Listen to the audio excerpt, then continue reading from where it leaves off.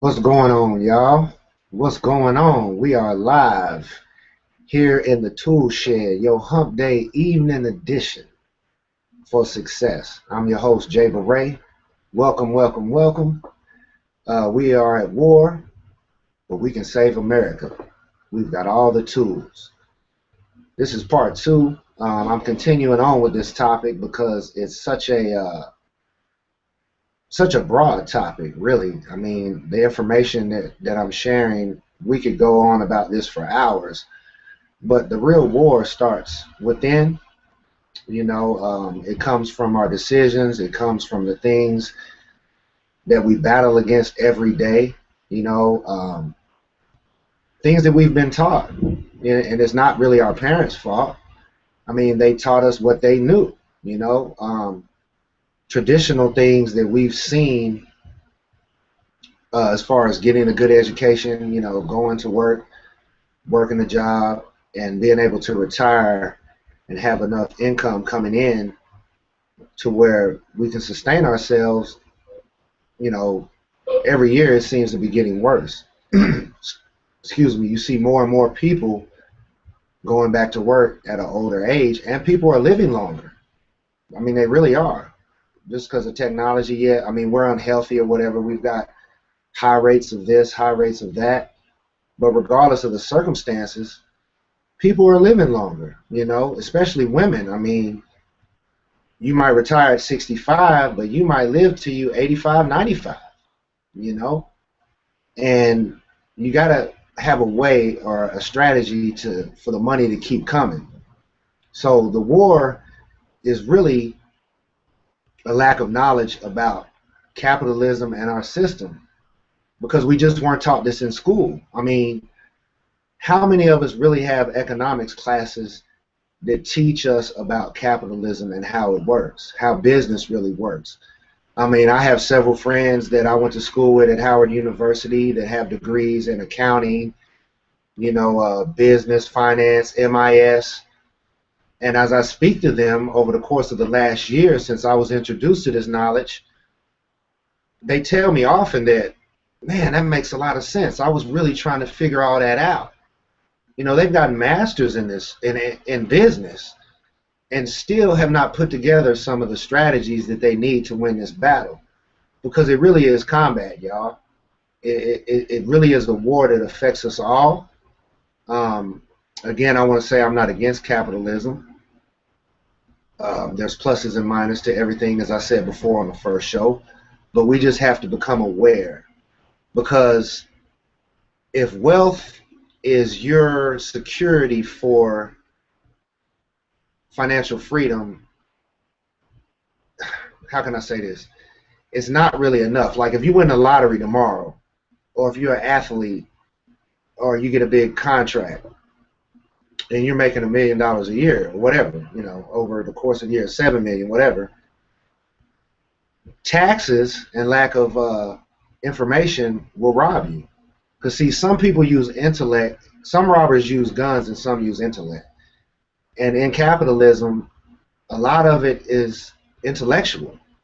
You know, we see that, like, we think about like, oh, so and so is making so much money per minute, and I'm here working a job, and how can I get like that? They must have had, their family gave them money or this or that, and that sometimes is the case. But the wealthy people teach their kids this, regardless of color, whatever. They teach them certain strategies, and they enhance their knowledge about the way the system works. So without further ado, I want to give a shout out to my ancestors, as always, for without them, I would not be here, and their spirit lives in me. Extra special shout out to my brother and my mentor, Eric Smith, for helping me out, today. He sent out some invites for me, and got you guys here to this event. And I also want to say, please, as you scroll down at the bottom of this page, wherever you're watching this from, whoever invited you, there is a comment feed. So if you have any questions, I would ask you to please, respond, and so I can help give more value to you guys.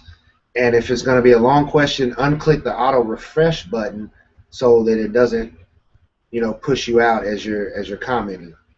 I want to dive right in because we talked about this a lot on the last hangout.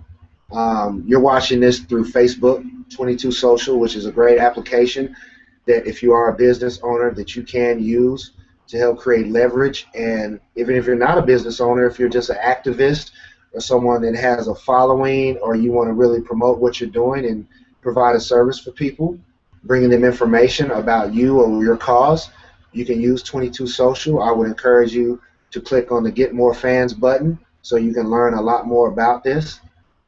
It's not really a business making opportunity as far as a money making opportunity. It's just a way to use tools, because we are in the tool shed, to help get the job done for you and whatever you want to achieve. I would especially ask you to click the request info button and leave some information there so that me or one of my associates could get back with you and kind of help you achieve your goals. With that being said, one of the major formulas you can use to fight this fight is a strategy called 2-4-3. And I would also encourage you guys to take notes. Don't feel bad about taking notes. That's how you learn. As you went through different educational courses from elementary school to secondary, even to higher schools of higher learning, notes are very important. If you're a great note taker, then you have stuff to go back from lectures or whatever. So anyway, grab a pen and pad and let's put down 2-4-3, which is a formula for your success, really. Because really we've got two objectives in this life under capitalism. And those be, your first objective is to pay for your current lifestyle, continue what you're doing with the hopes of moving upward vertically in your careers to achieve more income and financial success. So the first objective is to pay for your current lifestyle. You've got to pay for your car if you have a car note. You've got to pay for your mortgage or the rent. You've got to put gas in your car. You've got to buy groceries. You have all these things. The kids have activities if you have children. There's just stuff that you have to do to pay for your current lifestyle. Well, the second objective is to pay for your future lifestyle, and that's where a lot of us are missing out on. Now, we've got Social Security, okay, which hopefully will be there, one day. A lot of people say that it's running out, times are getting harder, and hopefully I'm 37, so in 30 years, hopefully it will be there. I mean, it probably will. I don't really know. I'm not really concerned with that. I just realize that I have to start putting myself in a better position financially to not be dependent upon the system. And it's really not that hard, guys. So the two objectives are to pay for your current lifestyle and pay for your future lifestyle, which is usually paid for by your investments. A lot of you have a 401k. Nothing wrong with that. It's a great program. Social Security is more of something that the government came up with because they foresaw the fact that one day people are not going to be able to work, and we need to come up with a way to help them out. So, you've got options. That's the great thing about it in capitalism. You've got options, but if you're not aware of those options, just like chess, it's really a chess game. And if you don't understand the moves in chess, you're going to get took, really. It's checkmate at the end of the day. And a lot of us we don't understand the chess game in capitalism. So the formula is 2-4-3, two objectives. But here's the thing, though, guys. You got 4 challenges that you face. And as I said before, last time we met, you've got limited income and inflation. Well, limited income is basically you've got really one source of income, your job. Nothing wrong with that. I'm not against jobs.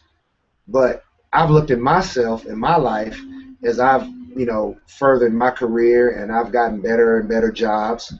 At the end of the day, the money wasn't adding up. I may have had a few more material things. I may have had a couple cars here and there. Took an extra vacation. But at the end of the day, I was still just over broke. J-O-B. I mean, it's kind of designed that way. And the system almost places you in the job position because that's what you're taught. See, universities and high schools don't really teach you how to be financially independent. They teach you how to learn certain skills and learn things and information, go out and work for a company and build a career. Nothing wrong with that, guys. I'm not knocking it again, but it will not make you financially independent in the long run. It really won't. Okay? So you've got a limited income, and I'm not talking about that you may cut hair on the side, you may sell CDs here and there, you may go cut grass here and there to make extra money. That's fine, but you're not really capitalizing on the tax savings of actually having a business. Because let's face it, guys, the United States of America is incorporated. That's fact. It is a business entity. So it would be advantageous for you to start a business at some point.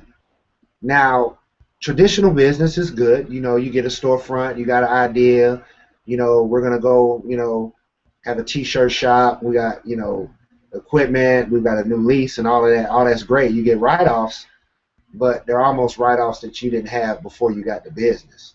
Okay?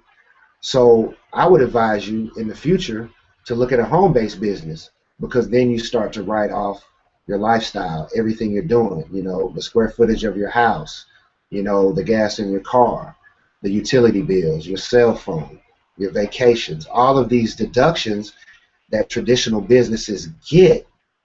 But now, since you're working from home in a business, you get to write off your lifestyle, because let's face it, you're paying this stuff anyway.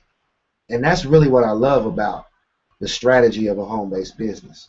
So, 2 objectives and 4 problems. Let's get back to the 4 problems. Well, the limited income we've already discussed. And then you got inflation. They go hand in hand. Let's take an example. I was born in '77, and from what I can remember, a Coke was 25 cents in the vending machine. So I could get 4 Cokes for $1 in 1980. But if I put that dollar under my mattress in 1980, here today in 2014, how many Cokes can I buy with that dollar? I mean, I was in the store the other day, and the same 16 ounce, I believe it's 16 ounce, 16 or 12 ounce Coke in the can was like 99 cents. It was $1 for one. That's inflation, y'all. That's really that's one of your major combatants is inflation. And you can't really control that. You can't control inflation. That's just the way it is. So the dollar's sitting under your mattress in 1980, but you take it out in 2014, and it's worth, you know, it's decreased 4 times. So you got limited income inflation, and then the next obstacle or the problem or the challenge rather, because I don't believe in problems, I believe in challenges. Because we all have challenges. We just have to overcome them through experience and through education or in information and changing the way we think about our problems. I mean, that's just how it is. So with that being said, the next hurdle we face is taxes. And they will eat you alive. You've seen the billboards of Uncle Sam pointing and saying, I want you, we want you. Well, they do want your money. Uncle Sam wants your money, but here's the great thing. Your job is paying the highest amount of taxes. Your business pays even less. And then once you get over to investing personally into the market, you pay even less taxes. Okay, so Uncle Sam's going to get your money either way. That's why he's pointing at you and says, we want you. But think about it. If you start a business and you grow over time, then you will eventually hire people. You know, you're an employer, and now you have employees. So the government's getting an even bigger check because you're helping them out. And then even if you move over to investments, you're investing in other companies helping stimulate the economy. That's why there's all these arguments whenever there's election time about it's really about raising taxes or the tax on the wealthy or the business owners versus the working people. That's all they talk about. The next debate coming up with Obama, check it out, when it's time for re-election, that's all they talking about is this right here, the money game. Your health care is in there, here and there, and, you know, crime and things of that nature, abortion, all these other smoke screens, and not saying that they're not important, but the real key in our system is money. I hate to say it, but you got to realize that there's a saying that says, what you don't know what won't hurt you. But what you don't know about your finances can devastate you long term. So you got taxes. Well, one of the only real taxes you can control is your income tax. Okay? The income tax is, I would say, relatively new to this country as far as the history. Okay? Let's say we was founded in 1776. Well, the Income Tax Act, forgive me because I don't remember the date, but I believe it was in the earlier 1900s. So for almost 150 years, there was no income tax. So you would work, for labor, or you would start a business and work. You still had, maybe taxes here and there because we need infrastructure, we need roads, we need great schools, we need sales tax to help stimulate and generate growth. But the income tax came about and it kind of started taking away from our pockets. But see, here's the thing with that.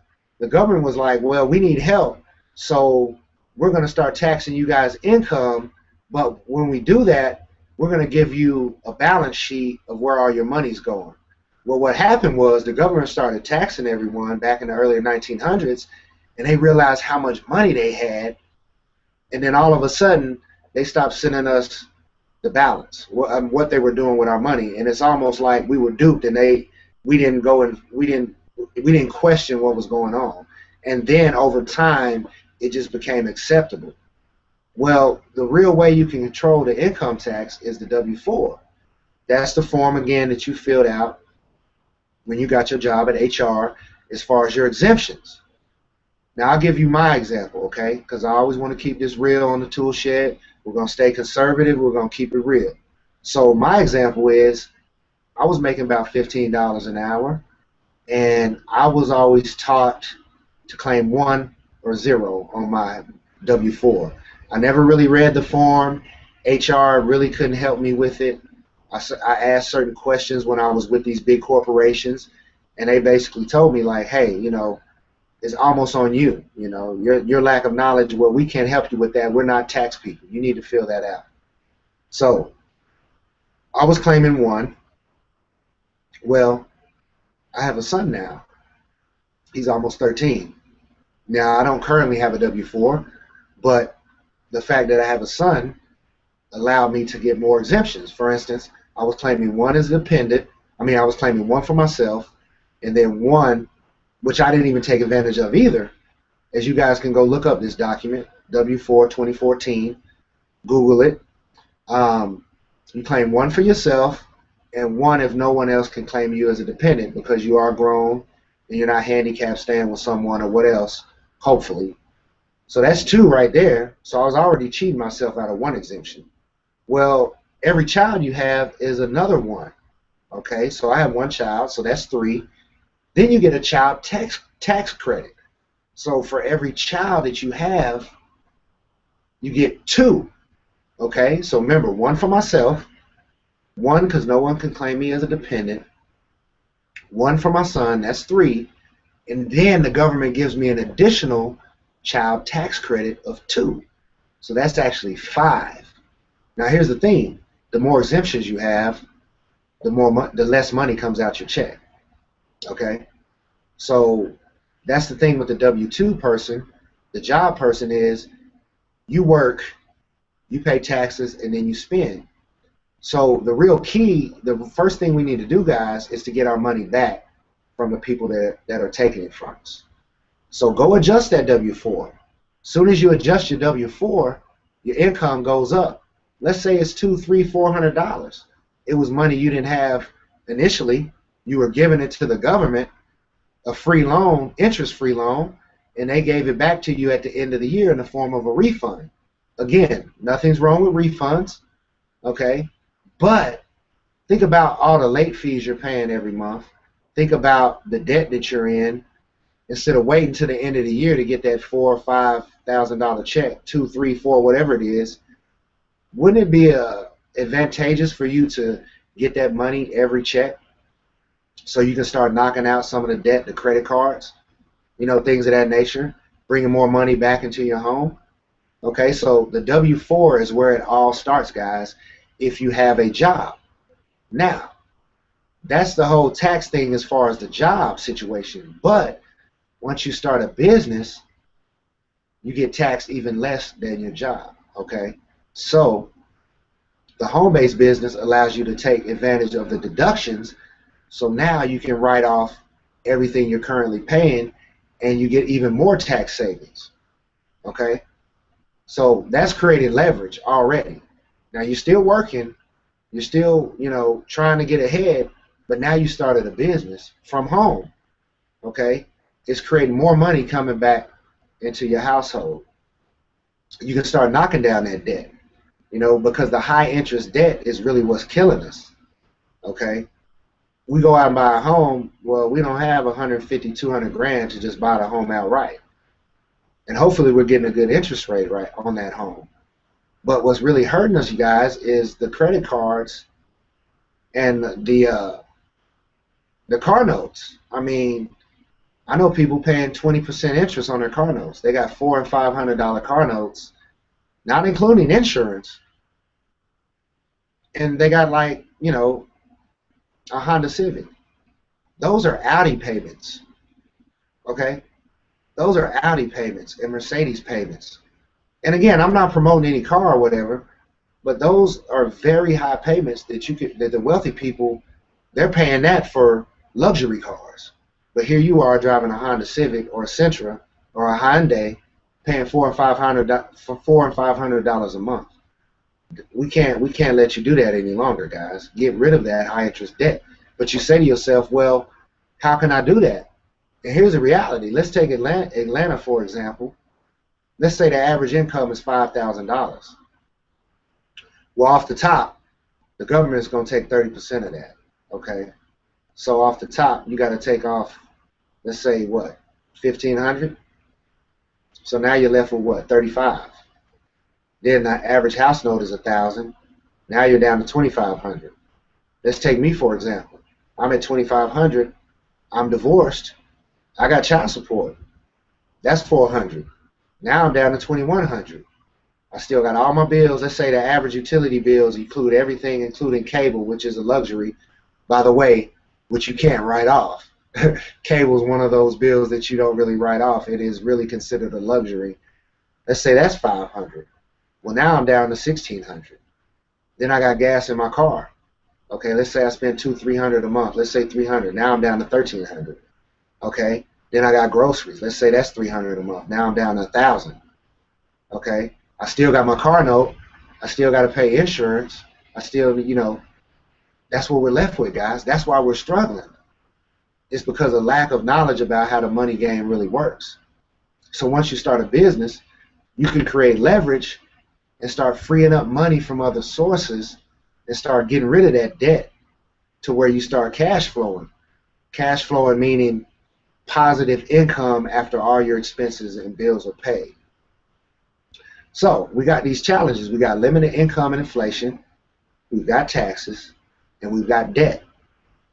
And it's really a culture of debt, guys. It's really become a curse in our society, a generational curse. That it's okay to have debt. That, oh, I'll just go charge it off and I'll worry about it later. Well, it's going to eat you up because, for one, it's going to hurt your credit, which is your capital buying power. You go into a car lot and you have bad credit, you're going to have high interest, right? But if you go into a car lot and you got good credit and you got an extra $10,000 or $15,000 to put down on the car, now you got leverage. So your interest rate may be 4, 5, 6%, maybe even better than that. Okay, that's the issue, guys. We won't even get into payday loans, title pawn, all of this craziness that they got on every corner. See, that's what you guys got to realize. Big business and capitalism and corporations are out for your money, but they're just trying to make money. So it's really not their fault, but you just have to be aware of that. Let's look at the calendar real quick. Every month of the year, there is something for us to spend our money on. Now, I'm all for participating. People know me. They know I love to cook out. They know I love to have people over. I love vacationing. I like holidays. Okay? However, they're there to get your money. January, we got New Year's. Okay? We got the Black Eyed Peas popping off. We got this big meal going on. February, we got Valentine's Day. We got to spend, right? Because we're conditioned mentally to do these things. Then we got March. We got spring break. You know, we're going to go on vacation, things of that nature. April, we got Easter. We may not go to church all year long, but we're going to go to church on Easter. We're going to get a new suit. Grandmama going to get a new hat. You know, again, guys, nothing wrong with it, but it's the reality. It's just extra money on top of all this stuff that we're dealing with. So then we got May. We got Mother's Day. That's a huge one. Women give life to us. They're very important. They're the foundation of everything that we do. You know, I love women. I love my mother. I love my sisters. Women are very important. So we got to participate in Mother's Day. We got to show honor to them, right? So then we got June. We got Father's Day, and we got kids getting out of school. So now we got to think about what we going to do for summer vacation. Then we got July, 4th of July. We go spend money on these fireworks. We have another cookout, things of that nature. Here comes August, back to school. We got school supplies. We got school clothes.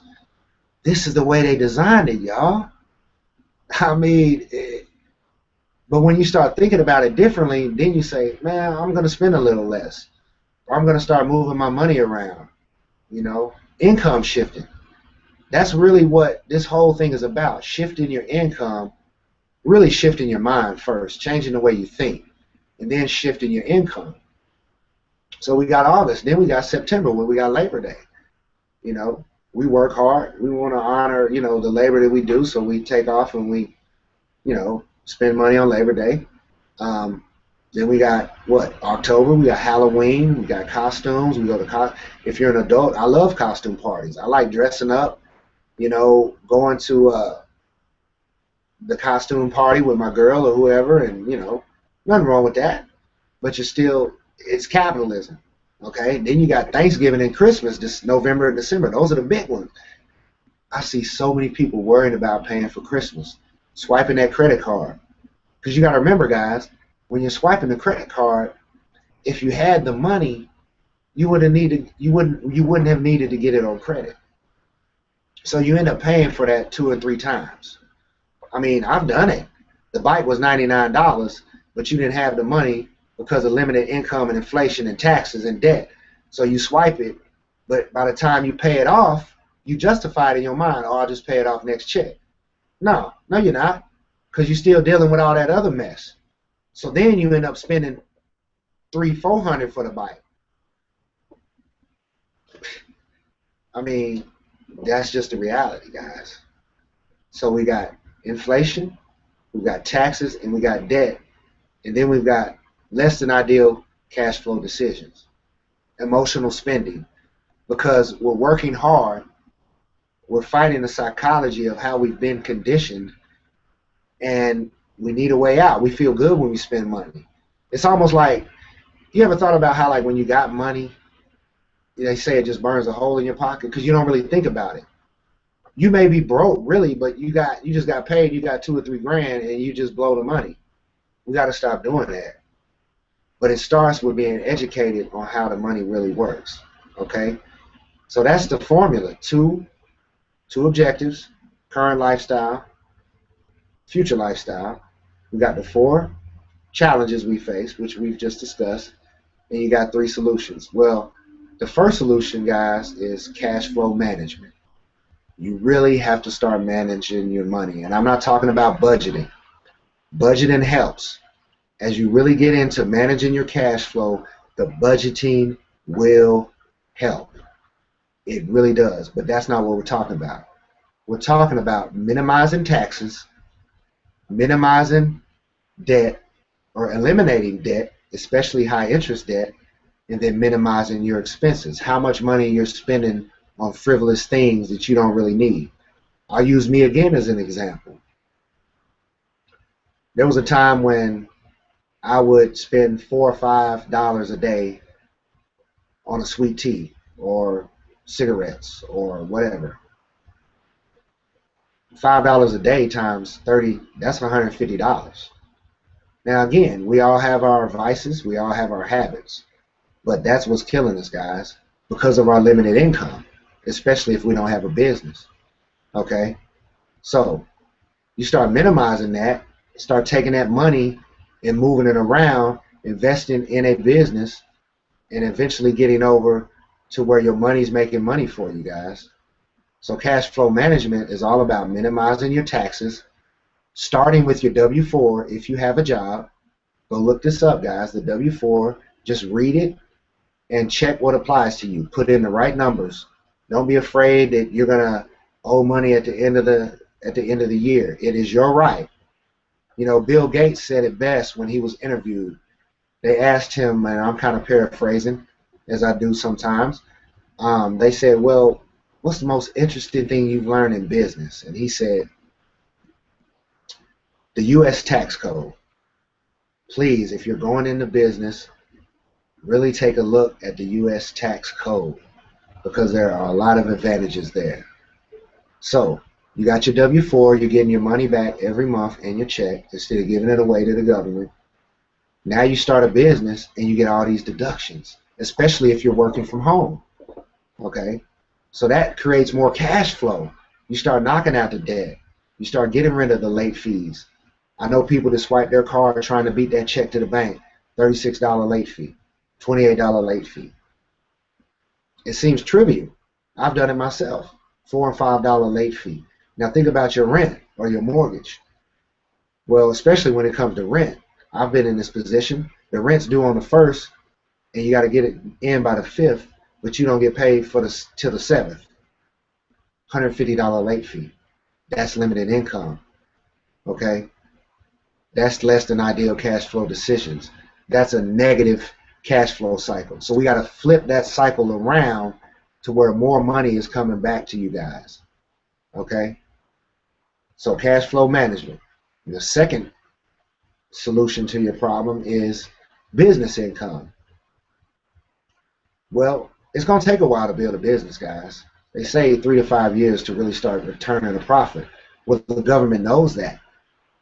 They allow you to take advantage of that because they need you to stay in business. They want you to stay in business because as you grow, you provide more money for the economy and stimulate growth. Okay?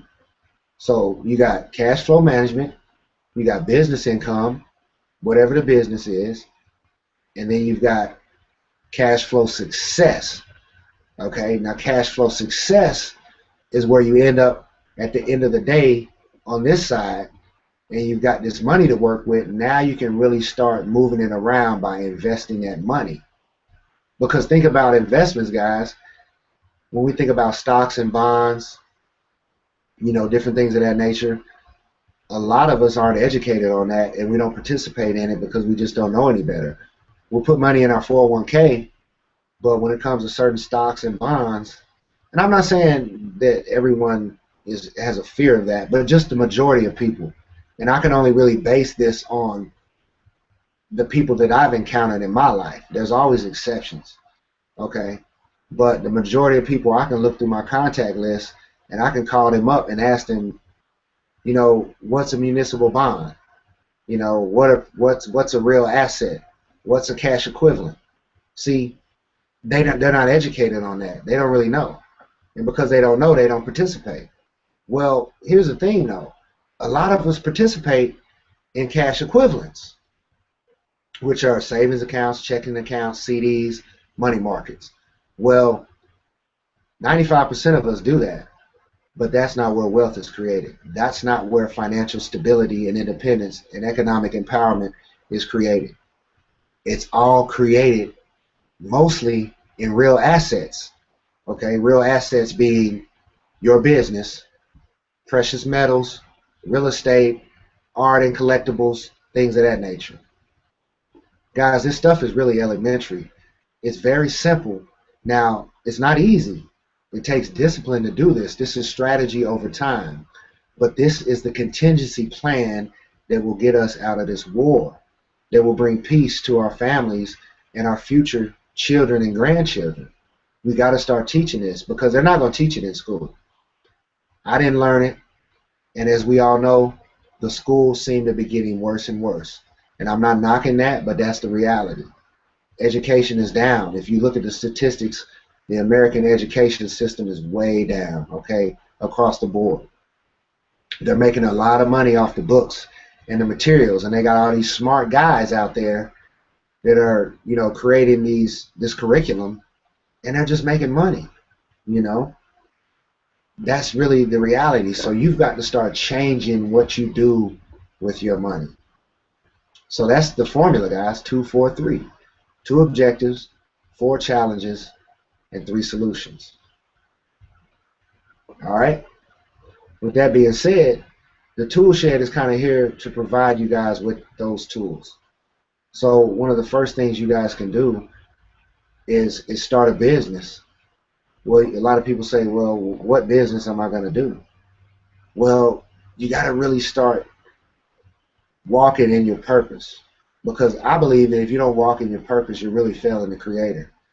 God really, for lack of a better term, gave everyone a skill, a gift that they need to focus and hone in on, that will really catapult them in their life. I'm a blue collar guy. That's why I call this show the Tool Shed, because I love working with my hands. I love providing a service for people. I love creating things. So when I come to your house and I may create a stone mailbox, or I may cut your grass an edge, or I may put in a new heating and air system, I feel good about this. I feel good about that, rather. I'm providing a service to the community. And here I am now providing an educational service. My mother was a teacher. My father was an educator, a football coach for 30 years. His family was sharecroppers. My mother's family was sharecroppers and mechanics. So that's why this show is called The Tool Shed, as far as the background information on that. But all of you have a purpose, and you need to start walking in it. And it starts with your mindset and your mentality.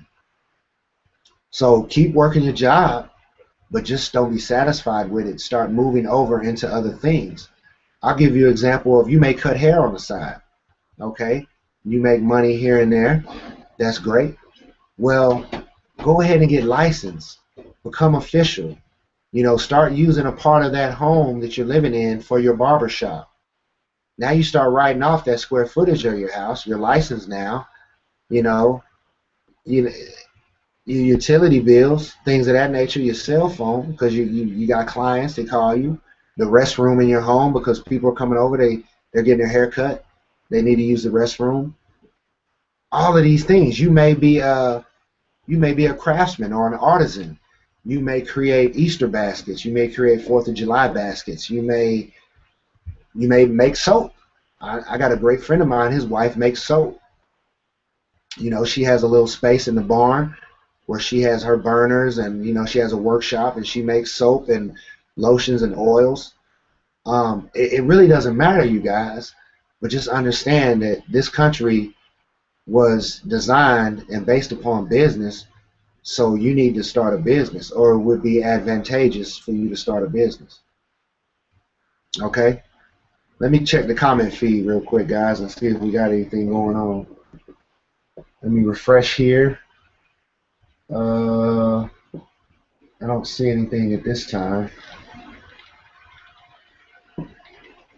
All right. Well, I wanted to put some stuff up on the board for you guys. I don't have a tripod or anything at this time, but let me pull this up real quick. Well, let me see.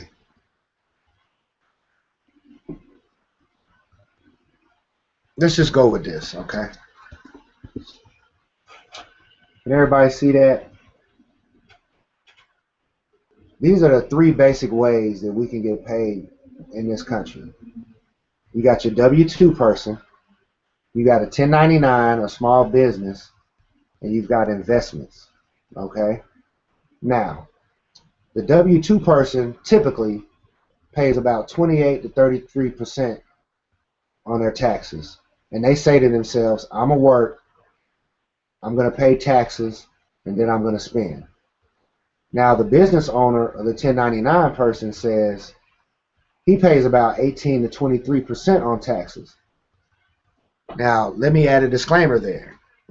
Those numbers really only become a reality as far as a business person after their deductions. Now, them working their business, they still pay about 30% as far as their labor, because labor is taxed higher than money, okay? But by the time that they take off the deductions and everything that their expenses for the year, a lot of times it averages out to about 18 to 23% and sometimes even lower, okay?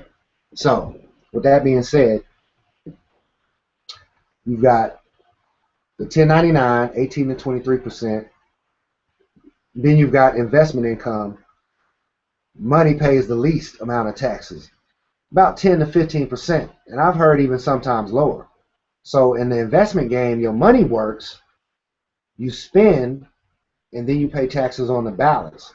So either way, doesn't it seem like it would be advantageous for you to move over to 1099 or, LLC, S corporation, C corporation, whatever, sole proprietorship, and then eventually some point in your life getting over to an investment side where most of your money is coming from money, okay? That's the crazy thing about this country, guys, is that money is taxed less than labor. But we weren't taught that, were we? No, we weren't. So that's kind of the premise, that we're all getting at here, that I'm getting at here. And when I say we're all, people like me that have these type of shows that want to educate and help people out, create leverage for yourself. Stop being scared. Stop, not participating. Stop procrastinating. I want to give you guys a little jewel real quick from some notes that I have. This was from a lecture I went to, and this guy was really profound. And he said there's 5 keys to life, okay? You got faith, which is your foundation, okay? You got your family, your finances, you got fitness, which is your mental and physical health, and you've got your friends. So start looking around and see who's influencing you guys. If they say if you add up all the incomes of the 5 or 6 people around you, it'll average out, you'll be making the same money. So if you want to better yourself, start hanging around a different crowd. It doesn't mean that you have to disown anyone, but at some point in your life, you got to start making some changes. I know I've had to do it. It's like a rocket ship. If you look at a rocket ship, when it goes up, or a space shuttle, when it goes up into the upper atmosphere, what happens to that rocket ship? It starts letting stuff go. It's got to get rid of that dead weight. The boosters fall off. You know what I'm saying? All these things fall off so that space shuttle continue to take flight up into space. That's your life, guys.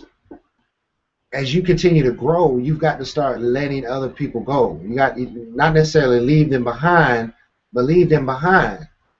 Okay? So you got to do that. Hold on, I lost my spot. Forgive me.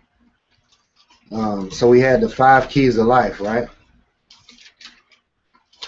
Well, you got 4 steps for your mindset, okay? So step 1 is you got to get a crystal clear vision of your wants and desires, your needs, Step 2 would be you got to go from undecided to make a decision. You guys really got to make a decision about what you want out of life, okay? You got to be decisive. If you never take the shot, you can't ever make the shot, right? You got to choose your wealth vehicle. And you need a mentor, guys. I mean, all this stuff I've learned through mentors. I mean, I've never in my life, prior to where I'm at now, had a millionaire sit down with me and educate me on how money really works. I've had a lot of jobs, guys. I've had a lot of jobs. I've had a lot of opportunities that I have taken advantage of, and I've always worked hard. But mentors help kill the learning curve. And that's the great thing about what I'm doing now is that sometimes I find myself being the brokest person in my circle. And for me, a lot of us would feel, bad about that. But for myself, I love it. I mean, because for someone to sit me down and really teach me some things about money and business and what they've done, what mistakes they've made, and how I can start moving my money around through my business and through my investments, I mean, it's just very powerful. Okay? So make sure your worst enemy is not living between your ears, guys. Okay? Your mentality. It's all about your mentality. So step 3 would be start creating habits. Your focus. You can call this FACT. FACT. Your focus, your action, your consistency, and your time method. What you do. What do you really spend your time doing? Because you got to remember, what you do in your spare time is what will make you successful. It's what will, get you over the hump. And when I say spare time, when you're not at work, when you're not with the family doing activities. Now, again, entertainment is great, okay? Um, I got TV shows that I love to watch, guys. I really do. But I find myself less and less spending time watching millionaires make money on TV while I'm broke. That's the fact. Just like my friends be like, man, you didn't see Kobe hit 81 points, years ago. Or you didn't see the fight. Nah, that's not my focus.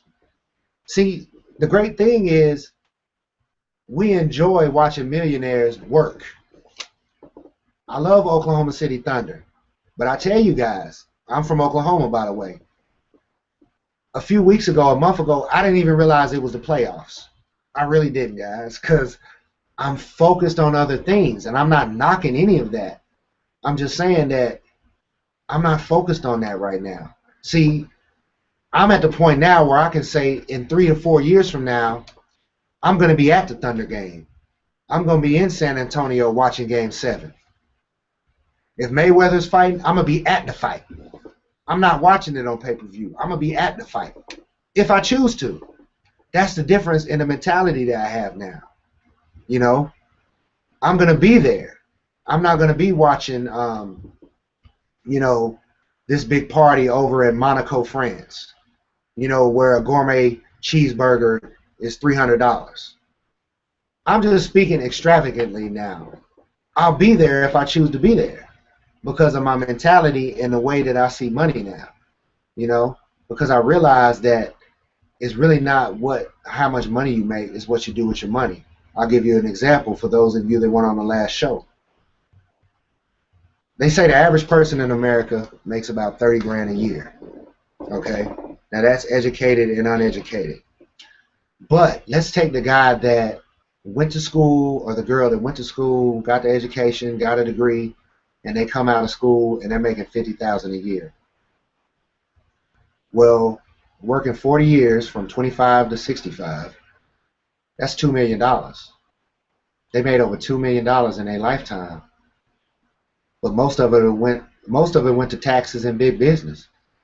600,000 of it went to taxes. That's a shame. Now you got to pay taxes, right? You got to pay Social Security, you got to pay FICA. But guys, trust me, if you're working, look at that W-4. Stop claiming 1 or 0. You may have got married and had a couple kids.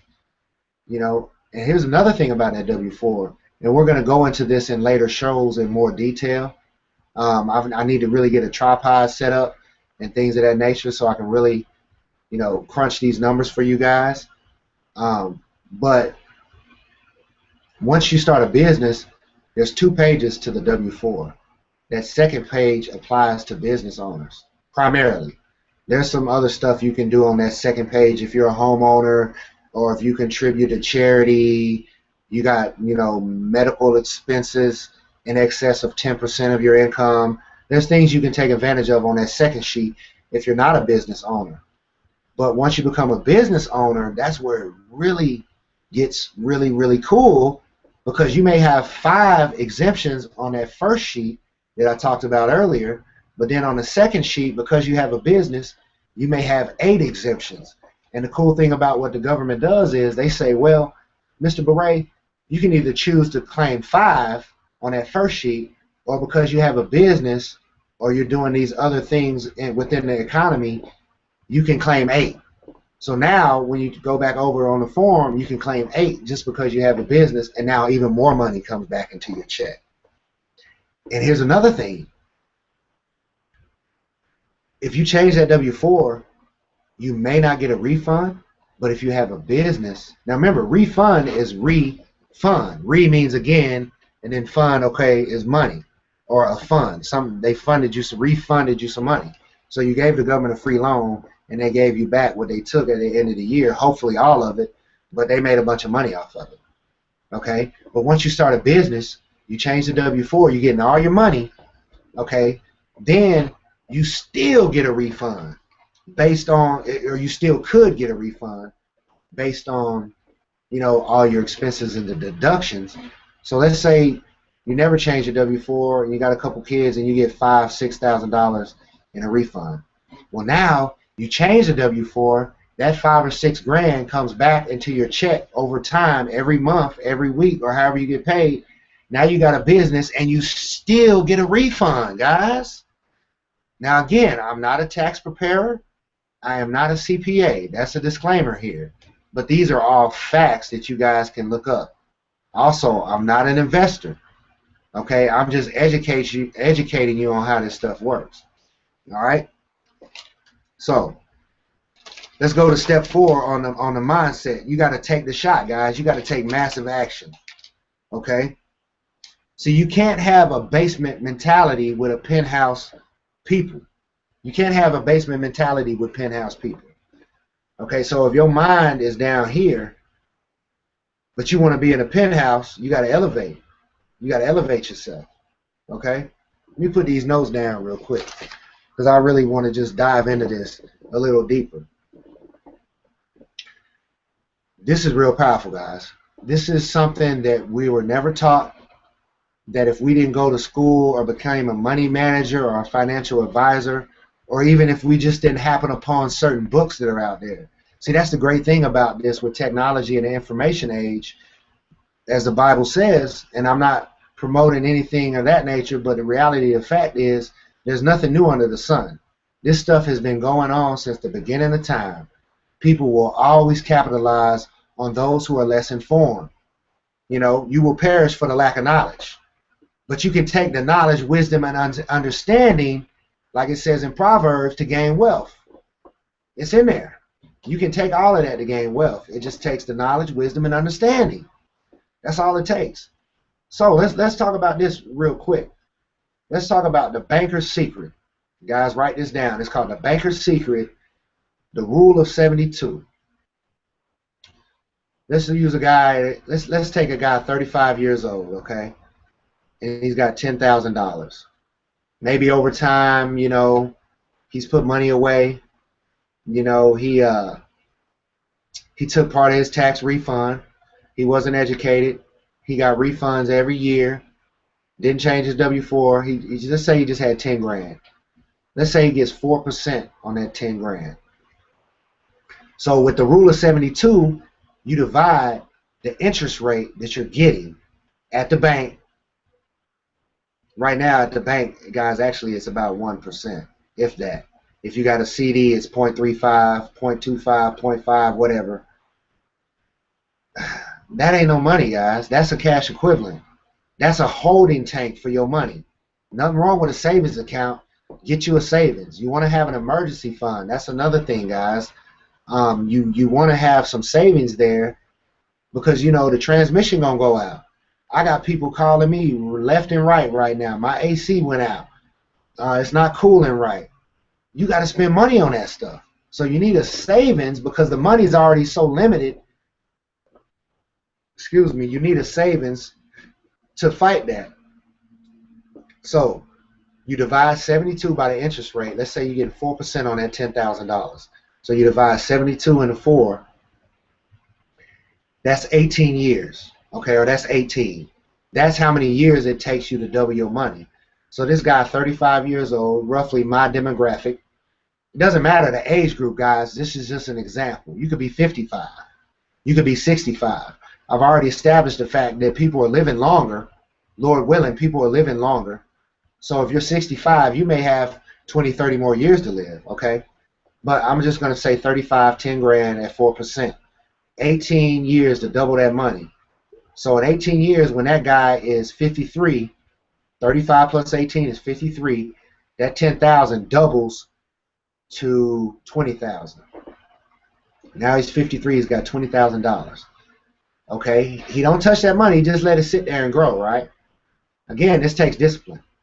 So in another 18 years, when he is what, 71, that 20,000 grows to 40,000. That's the beauty of what they call compound interest. It's just money growing on top of money, guys. Albert Einstein said it best. The eighth wonder of the world is compound interest. You know, he's one of the great minds of the, the 20th century. But the compound interest is key when it comes to your survival, in your future years. You got to start taking advantage of that because the banks are. You go put your money in the bank, they giving you 1%. What you think they getting? Let's get into that in a second. So this guy's got 10 grand at 35. By the time he's 71, it grows to $40,000. He's getting 4% on that money. Now I ask you, what would it take for him to make $80,000 at the same age? Now remember, he's getting 4%. Most people say, well, he needs to get 8 because he wants to double his money, right? Well, let's try 6. All right, let's divide 6 into 72. What do we get? We get 12. Same guy, 10 grand, but every 12 years, his money is going to double. So at age 35, he's got 10,000. At age 47, he's got 20,000. At age 59, he's got 40,000. And at age 61, I believe that's right on my math, right? 59 and 10 is 69, yeah. At age 71, he's got 80,000. So he doubled his money, guys, with only 2% more on his interest rate, or his rate of return. That's the beauty of compound interest, guys. You got to understand that concept. It's wonderful. Now think about it. I already said you was getting 1% at the bank. Well, let's say you got a money market and you're getting 3-4%. What do you think the bank's getting? People say, well, man, if they're giving me 3-4% or 1%, they got to be getting 8, 9, 10, 12, 15, 20%. Right? Yeah, right. You got your money sitting there. Now think about this too, guys. They say for every $1,000 you put in the bank can loan that out 10 times. So for every 1,000 you put in, they can make 10,000 off that money. You got to start thinking like the bank, okay? You got to start making your money make money. The way you do that is to minimize your taxes, eliminate your debt, minimize your expenses, start a business, and start creating investment income. So you got this guy, right? And he's getting 4%, but let's say he gets 6%. I already showed you how he can double his money in the same amount of time, but let's say he does what the bank does. Let's say he starts researching, he's like, man, see, that's the great thing about what I'm educating you guys on and informing you about is what I'm teaching you is how to get wholesale returns on your money. Instead of going retail, you go wholesale. So you cut the bank out. You still use the bank for your checking account, for your savings, things of that nature. But you go put your money where the bank puts their money. You start looking at, man, where can I get their return at? Where are they getting 12% at? I'll show you guys some examples later on, but you can get 12% easily. Easily. I know people that my colleagues right now that's getting 18, 15, 18, 20, 24% on their money. Crazy returns, guys. And it's out there. Okay, so let's just take 12%. Same guy, $10,000, 35 years old, he getting 12% on his money because he's educated now. Okay? Now, 12 divided by 72 is what? 6. Okay? So for every 6 years, he's doubling his money. All right. So at age 35, he's got 10,000. Remember, same guy, $10,000. In 6 years, at age 41, he's got $20,000. At age 47, he's got $40,000. At age 53, he's got $80,000. At age 59, hold on, excuse me, I'm getting confused. Okay, so 10,000 at 35, 20,000 at 41, 40,000 at 47, 80,000 at 53. At 59, he's got 160,000. Add 6 more years, what's that? 65. He's got 320,000. Okay. Then when he retires, or he's retired at 65, he's got $320,000. Now we're getting to 71. So you add another 6 years to that, 12% return. Okay, he's 65. Add another 6, we're back at 71. The same guy, same age. Well, now he's got $640,000 in investments, and he's already been retired for 6 years. If he retires at 65, $640,000 off 12% interest, guys. Same guy though, with the same $10,000. Now think about it. That's a $40,000 difference. I mean, a $640,000 difference. The guy getting 4%, okay, at the end of at 71, he only had 40 grand. But now he's getting 12%, and at 71, he's got 640,000. That's what the bank got, guys. They robbed you of your money. Education. They robbed you with intellect. So the same guy, it cost him $600,000 for a lack of knowledge. Okay? That's profound, y'all. And the 12% is out there because the bank's getting it. Okay? So that's what we got to do. We got to shift your mind and start making you think differently about money and how it works. Okay? That is a heavy price to pay. Now you may be 55. You still got time, guys. Same concept applies. You may be 25. Heck, you may be 15. Teach your kids this. You may be 15. And you got all this time.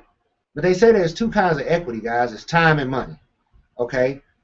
So if you don't have a whole lot of money, you better have a whole lot of time. Okay? That's just the reality. But people say, I'm busy, I don't have time. Well, if you don't have a whole lot of money, you better have a whole lot of time. And if you have a whole lot of money, you probably don't have a whole lot of time. Okay? But if you don't have a whole lot of time and you don't have a whole lot of money, you can't be broke and busy, guys. It just doesn't add up. It's math. This whole universe is math. Capitalism is math. Your body and how it works is math. Your job, your business, your investments is math. It's the universal law. Okay? You guys got to wake up. You got to start getting real with yourself. Okay? The biggest nation in the world is what? Some people say India and China as far as population. But the biggest nation in the world is procrastination. Procrastination.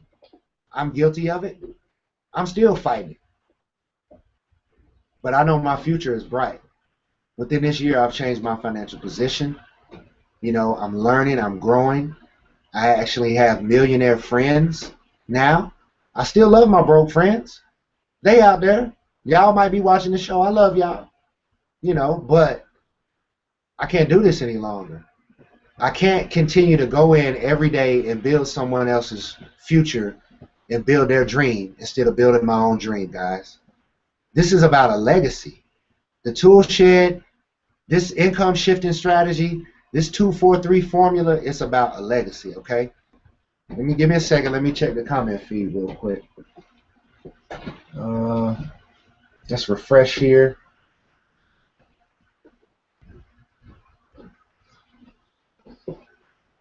That's why my fan page is called Wealth Knowledge, okay? Because I want to provide you with the knowledge so you can become wealthy and financially independent in your days. All right. It seems like we don't have any comments right now, which is cool. No big deal, guys. Um, I mean, I guess you guys understand everything I've been sharing with you. Where we at as far as time? Um, Looks like we're already an hour in. Man, that's profound. Well, guys, we're at war, but we got all the tools. You guys got the money. I'm gonna give you an example too. You're making $10 an hour, bottom of the totem pole, right? Who cares? Who cares? You work 40 hours a week, 40 years, you'll make almost $1 million, guys. When you count overtime, whatever, you're gonna make the money. You're just giving it away. You got to start taking it back from the people that's taking it from you, and it starts with the 243 formula. I would encourage you guys to please click the request info button at the bottom of the screen. Leave your info there. I'm here for you guys. I've got a lot of things going on, but I will always make time. People didn't know me. They call me up. They was like, man, Jay Beret, he always makes time to provide service. And that's what it's about, guys. It's about serving others, because I realize, and I've said this before, if I help enough people get what they want in their life, the creator or creatress force in the universe will always give me what I want in my life, or what I need in my life. That's just what it is. So with that being said, on behalf of Wealth Knowledge, behalf of the Tool Shed,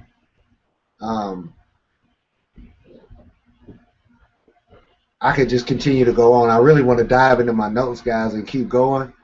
But at some point, we really got to start crunching these numbers, okay? So just remember that what you've been taught, see, you got to understand, one of the great Roman maxims, okay? When I mean Roman law, which we won't get into, but we kind of still exist under today, whether you believe it or not, is that he is something of fact, and I'm always paraphrasing, guys, because I read so much and there's so much information up here, because you got to realize your brain is like a hard drive, and you're able to access random information as you become more in tune with who you are and your study of life. But one of the great Roman maxims is, let he who be deceived be deceived. And it also exists for our police state, or our law here in this country as far as our criminal code. Ignorance of the law is no excuse. You know, I was speaking to some people the other day, and I was basically explaining to them, you know, this whole, you know, income shifting strategy and W-2 and 1099 and investment income and stuff. And they were like, well, that's still your fault, because the information's out there. And I was kind of like, yeah, it's out there, but it's not at the forefront of our educational system. So that's why I'm here, as well as a lot of my colleagues, to educate people on how the money game works. Okay? So get started now. Let's get in the game. If you need help, I'm here for you. I know a lot of you have great ideas. You have other businesses that you're leveraging, but that's the bottom line, y'all. See, the great thing about what I'm sharing with you guys is everything I've told you. I haven't talked about selling a product. I haven't talked about recruiting no people, getting people to join this or join that. All those things are great. I'm not knocking any of that, but you got to remember that the average person does not like rejection. And the average person, they say 3 to 5% of the population hates sales. They suck at it. They're not good at it. It's because of their personality. You know, they don't want to go out and solicit. It's hard. It's very hard. And I can speak from experience being a musician, going out and selling CDs.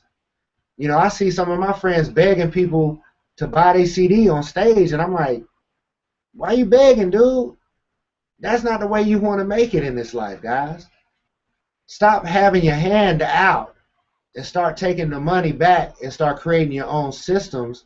Because see, people build systems. Systems don't build people, guys. Or systems create wealth. Okay? Any company out here, McDonald's, Apple, Google, all these great companies, Bank of America, Coca-Cola, it's the system that they have in place. Even the Navy SEALs, the military, whether it be, Navy, Army, whatever, it's their system that makes them successful. Now, I'm not saying they don't have flaws, because there's a lot of veterans out there, or a lot of people that are in the system that would say that there are flaws. Of course there's flaws. Of course there's flaws. You know, but you guys just gotta start thinking differently and becoming educated. All right. So with that being said, I'm your host Jay Ray. Thank you for tuning in to part 2 of the Tool Shed. And no comments that I see, guys. You gotta start commenting. I want some questions. I'm gonna get some hosts on here so we can start dialogue. Some co-hosts and some guests so we can start dialoguing. But we've got to get started, and we got to get started now. Stop waiting. Let's get in the game. Love y'all. I'll see y'all next week, definitely. And we'll get together. All right? Take care.